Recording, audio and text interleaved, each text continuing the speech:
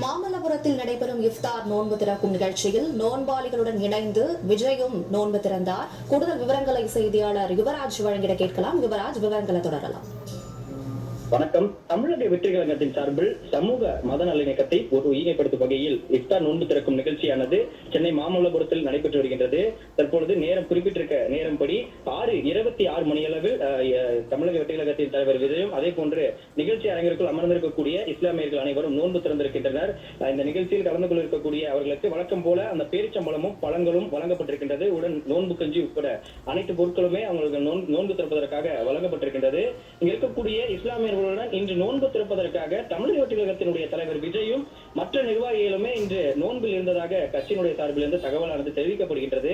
அந்த வகையில் இன்று தற்பொழுது நோன்பு திறந்திருக்கக்கூடிய விஜய் இங்க இருக்கக்கூடிய அனைத்து இஸ்லாமிய சகோதரர்களுடனும் அதே போன்று அங்க இருக்கக்கூடிய கட்சியினுடைய நிர்வாகிகளுடனும் கலந்துரையாடி இருக்கின்றார்.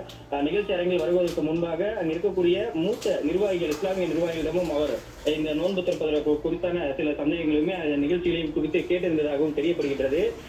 ஈகை, சகோதரத்துவம், ஒற்றுமை, மத நல்லிணக்கத்தை வலிமைப்படுத்தும் வகையில் இந்த நோன்பானது கடைபிடிக்கப்படுவதாக தெரிவிக்கப்படுகின்றது. அந்த வகையில் தமிழக வெற்றி கழகம் சார்பிலும் குறிப்பாக இந்த சமூக நல்லிணக்கத்தை வலிமைப்படுத்தும் வகையில் இந்த இஃப்தார் நோன்பு நிகழ்ச்சியானது கடைபிடிக்கப்பட்டு வருகின்றது.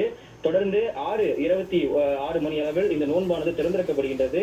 இங்க இருக்கக்கூடிய இஸ்லாமியர்கள் அனைவரும் கிட்டத்தட்ட 1000க்கும் மேற்பட்ட இஸ்லாமியர்கள் இந்த நிகழ்ச்சி அனைவருக்குள் நோன்பு திறப்பதற்காக அமர வைக்கப்பட்டிருக்கின்றனர். தமிழக வெற்றி கழகத்தை சார்ந்த நிர்வாகிகள் ஆண்களுக்கு தனியான இடமும் பெண்களுக்கு தனியாக இடமும் நோன்பு திறப்பதற்காகவும் தொழுகையில் ஈடுபடுவதற்காகவும் ஏற்பாடு செய்யப்பட்டிருக்கின்றது.